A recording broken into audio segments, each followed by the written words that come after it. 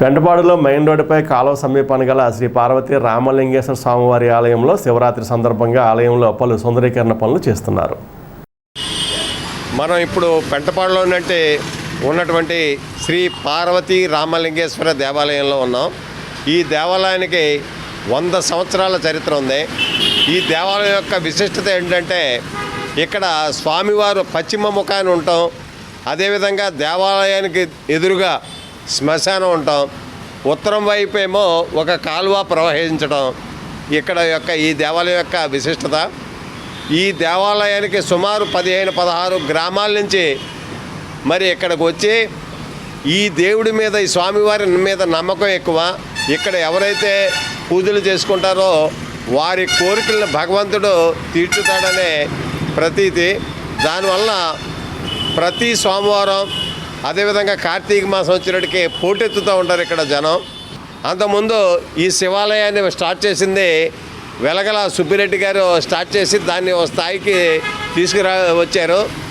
ఆ తర్వాత ఇప్పుడు గత 13 సంవత్సరాల నుంచి సుబ్బిరెడ్డి గారు మేనైనటువంటి లక్ష్మణ్ రెడ్డి, కొవ్వూరు లక్ష్మణ్ రెడ్డి బాధ్యత తీసుకుని గ్రామస్తుల సహకారంతో ఎక్కడా వివాదాలకి దూరంగా ఉంటూ అన్ని వర్గాల వారిని కలుపుకుంటూ ఈ శివాలయాన్ని బాగా డెవలప్ చేస్తున్నారు. అయితే త్వరలో శివరాత్రి రాబోతుంది. ఈ శివరాత్రికి మరింత అభివృద్ధి చేద్దామనే ఆలోచనతో దాతల సహకారంతో చాలా ఏర్పాటు చేస్తున్నారు. ఏం చేస్తున్నారో ఒక్కసారి లోపలికి వెళ్ళి చూద్దాం. దేవాలయంలో 32 కిలోల వెండితో మకర తోరణం, స్వామివారికి వెండి తొడుగు, గ్రానైట్ రాయి, సోమసూత్ర, ఏకశిల, గుడి ఆవరణలో అష్టాదశ శక్తి పీఠాల శిలాఫలకం పెడుతున్నారు. దేవాలయ కమిటీ చైర్మన్ కొవ్వూరి లక్ష్మణ్ రెడ్డి ఆధ్వర్యంలో జరుగుతున్న అభివృద్ధి పనులను చిత్రీకరించడానికి టీసీసీ వెళ్ళింది. మనం ఇప్పుడు చూస్తున్నది అష్టాదశ శక్తిపీఠం యొక్క శిలాఫలకం. దీన్ని రేపు శివరాత్రి నాటికి ఏర్పాటు చేస్తున్నారు. ఈ శివాలయం కమిటీ అయినటువంటి చైర్మన్ కొవ్వూరు లక్ష్మణ్ రెడ్డి గారు తమ తల్లిదండ్రుల పేరిట ఇక్కడ శివరాత్రికి మనం చూడబోతున్నాం. అష్టాదశ శక్తిపీఠం యొక్క శిలాఫలకం. ఇంకా లోపల కూడా మనకి దాతల సహకారంతో పూర్తిగా అక్కడ అంటే 30 కిలోల వెండితో లోపల మరి మకర తోరణం, అదేవిధంగా స్వామివారికి వెండి తొడుగు, ఇవి కూడా దాతల సహకారంతో ఏర్పాటు చేస్తున్నారు. అదేవిధంగా లోపల మొత్తం అంతా గ్రానైట్ అది పెట్టి దీన్ని సుందరీకరణ పని చేస్తున్నారు. చూడండి, ఇక్కడ మనకంతా కూడా గ్రానైట్ ఏర్పాటు చేశారు. ఈ గ్రానైట్ తోటి మొత్తం అంతా ఇక్కడ సుందరీకరణ చేస్తున్నారు. అదేవిధంగా లోపల ఏకనూరు నుంచి మరి అక్కడ టేక్వుడ్ తలుపులై ప్రసిద్ధి అంటే అక్కడి నుంచి తీసుకొచ్చి లోపల కూడా మరి టేక్నూరు వుడ్తో తయారు చేస్తూ లోపల కూడా పూర్తిగా గ్రానైట్తో దాన్ని అలంకరణ చేయటం జరిగింది. ఇప్పుడు మనం చూస్తున్నాం, ఇది కూడా పూర్తిగా గ్రానైటే. ఇప్పుడు ఆ ద్వారం దగ్గర గ్రానైట్ దగ్గర మకర తోరణం సుమారు 22-23 కిలోల మకర తోరణం ఇక్కడ రాబోతుంది. అదేవిధంగా లోపల స్వామివారికి కూడా తొడుగు, వెండి తొడుగు ఒకటి ఇక్కడ దానికి శివరాత్రి రోజున మనకి అక్కడ ప్రతిష్ఠిస్తున్నారు.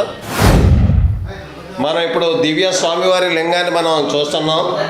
ఇక్కడ నుంచి సోమసూత్ర, ఇది ఏకశిల, ఇది పెద్ద తిరుపతి నుంచి తీసుకురావడం జరిగింది. ఇక్కడ మనం అభిషేకం చేసిందంతా నేరుగా బయటికి వెళ్ళడానికి వీలుగా ఈ సోమసూత్ర ఏకశిల తీసుకొచ్చి ఇక్కడ బిగించడం జరిగింది. మనం వినాయక స్వామి వారిని చూస్తున్నాం. పూర్వం గోడకి అంటించి ఇరుగ్గా ఉండేది, ఇప్పుడు దాన్ని విశాలంగా చేసి ఈ గణపతి దేవుడిని మొక్కుకోవడానికి వీలుగా, గణపతి దేవుడిని పూజించడానికి వీలుగా పైన మూలసూత్రం కూడా ఇక్కడ తయారు చేసి పెట్టడం జరిగింది. మూలమంత్రం ఇది. ఈ మూలమంత్రం చదువుకుంటూ స్వామివారిని దర్శించుకుంటారు. శివయ్యని దర్శించుకునేవారు కూడా మూలమంత్రం చదువుకుని శివయ్యని దర్శించడానికి వీలుగా మూలమంత్రం ఏర్పాటు చేశారు. చూడండి ఒకసారి. అదేవిధంగా అమ్మవారి విగ్రహం దగ్గర కూడా దర్శించడానికి ముందు గుమ్మం మీద అమ్మవారి మూలమంత్రం ఏర్పాటు చేశారు. గుమ్మం మీద శివలింగానికి అభిషేకం చేశాక దాని నుంచి వచ్చే ద్రవం దగ్గరే ఇక్కడ మనకి ఇక్కడ కొత్త మందిరం ఏర్పాటు చేశారు. చండీశ్వరుడు యొక్క మందిరం ఇక్కడ కొత్తగా ఏర్పాటు చేశారు. ఇది కూడా మనం శివరాత్రి నాటికల్లా ఈ కొత్త మందిరాన్ని చూడబోతున్నాం. శివాలయ అభివృద్ధి కమిటీ చైర్మన్ అయినటువంటి కొవ్వూరు లక్ష్మణ్ రెడ్డి గారు ఉన్నారు. ఒక్కసారి వారితో మాట్లాడదాం. లక్ష్మణ్ రెడ్డి గారు, మీరు ఎన్నాళ్ళ నుంచి ఈ బాధ్యత తీసుకున్నారు? సుమారు ఇప్పటికి 13 సంవత్సరాలు పూర్తయిందండి. 14వ సంవత్సరం, ఈ శివరాత్రి వస్తే 14వ సంవత్సరంలోకి వెళ్తాం. అప్పటి నుంచి మనం వచ్చిన కాంచి సుమారు కోటి చిల్లర మన వర్కులు అందరి దగ్గర దాతల సహకారంతో మనం వర్కులు చేసాం. అందరి సహకారంతో మన దేవాలయం దినదిన అభివృద్ధి చేస్తున్నాం సార్.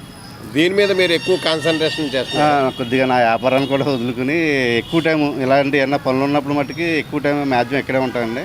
ఏమన్నా పని లేనప్పుడు మొన్న వ్యాపారం చేసుకుంటాను. ఇలాంటి వర్కులు జరిగినప్పుడు మట్టుకి ఇంకా గుడి దగ్గర స్పెండ్ అవుతాను. పూర్తి టైం ఇక్కడే ఉంటాను. త్వరలో శివరాత్రి రాబోతుంది. శివరాత్రికి ఏ విధంగా ముస్తాబు చేస్తున్నారు? మన శివరాత్రికి స్వామివారికి సుమారుగా ఒక 50 లక్షల రూపాయలతో స్వామివారి ఆలయం సుందరీకరణ పనులు చేపట్టాం. అనగా మన శివాలయం ఇప్పటికే ఒక 100 సంవత్సరాలు పూర్తయిందండి. 100 సంవత్సరాల నుంచి అలాగే నా ముందు వాళ్ళు కూడా కొద్దిగా డెవలప్మెంట్ చేసుకుంటూ వచ్చారు. తర్వాత మనం వచ్చిన తర్వాత పూర్తిగా దీన్ని ప్రక్షాళన చేసి ఒక సుందరంగా తీర్చిదిద్దాలనే సంకల్పంతో మా వెనక మా ఊరి భక్తులందరూ సహకారంతో దీన్ని సుమారుగా 1,50 లక్షల రూపాయలతో ఇప్పుడు మనం పనులు చేస్తున్నామండి. ఈ 13 సంవత్సరాల నుంచి ఇప్పుడు మనం లోపల స్వామివారికి అంతరాలయాలు, గర్భాలయాలు అన్నీ గ్రానైట్ వర్క్, మరియు వాటి గుమ్మాలు పూర్వం టైల్స్ ఉండి అవన్నీ పగిలిపోయి కొద్ది చిరాగ్గా ఉన్నాయి. అవన్నీ తీసేసి కొత్తగా గ్రానైట్, మన తలుపులేమో ఏకమూరు నుంచి చెక్క గట్ట తెచ్చి సుందరంగా ఉన్న వాటిల్లో మంచి క్వాలిటీ అన్నీ వాడి స్వామివారి సుందరంగా తయారు చేస్తున్నాం. అలాగే స్వామి ముందు ఉన్న గుమ్మం వెండి కవచం రెడీ చేస్తున్నాం. అది సుమారుగా 25 కేజీలు వెండి పడుతుంది. అలాగే స్వామివారికి కూడా వెండి కవచం రెడీ చేస్తున్నాం. ఇవన్నీ కూడా శివరాత్రికి కంప్లీట్ చేయాలని సంకల్పంతో మేము మా వెనకాల మా కమిటీ వారు కూడా పూర్తిగా దీని మీద అందరూ శ్రద్ధ తీసుకుని, అలాగే దాతలు కూడా మాకు అలాగే మేము అడగగానే దాతలు కూడా ముందుకొచ్చి వారి సహకారం మాకు పూర్తిగా అందిస్తున్నారు. వాళ్ళందరికీ కూడా మా కమిటీ తరఫున మరీ ధన్యవాదాలు తెలియజేసుకుంటున్నాము. ఇప్పుడు దాతలతో పాటు మీరు కూడా కొంత సొమ్ముని సొంతంగా ఖర్చుని వెచ్చేస్తున్నారంటున్నారు.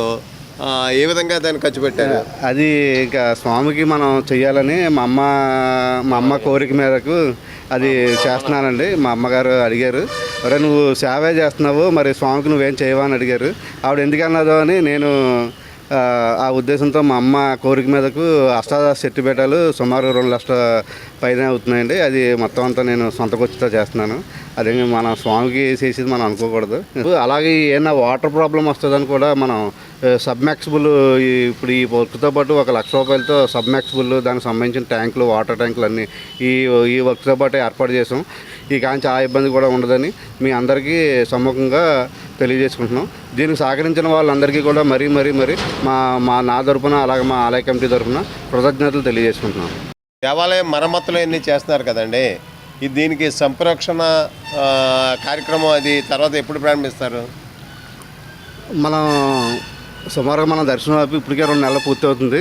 చాలామంది భక్తులు ఇబ్బంది పడ్డారు. వాళ్ళకి మా కమిటీ తరపున వారికి క్షమాపణ తెలియజేసుకుంటున్నాం. ఎందుకంటే ఆలయం అభివృద్ధిలో గురించనే మేము ఆఫ్ చేసాం. దానికి ఎవరు కొద్దిమంది ఇబ్బంది పడ్డారు, దర్శనం లేదని. వాళ్ళందరూ మమ్మల్ని క్షమించాలి. ఎందుకంటే త్వరలోనే మన మార్చి 1వ తారీఖునే మన సంరక్షణ కార్యక్రమం పూర్తయి మార్చి 2వ తారీఖు నుంచి యథావిధిగా మన అభిషేకాలకి అన్నిటికీ కూడా యథావిధిగా స్వామివారి దర్శనం. ఒకవేళ పనులు ఏమైనా ఉన్నా ఇంకా బయట పనులు లోపలన్నీ కంప్లీట్ చేసి, బయట పనులే కొద్దిగా పెండింగ్ ఉన్నా అది శివరాత్రి కల్లా పూర్తయ్యేలా ప్లాన్ చేసుకున్నాం. దర్శనం మట్టుకి మార్చి 2వ తారీఖు నుంచి యథావిధిగా అందరూ దర్శనానికి రావచ్చు. స్వామివారి దర్శనం మార్చి 2వ తారీఖు నుంచి ప్రారంభమవుతుంది.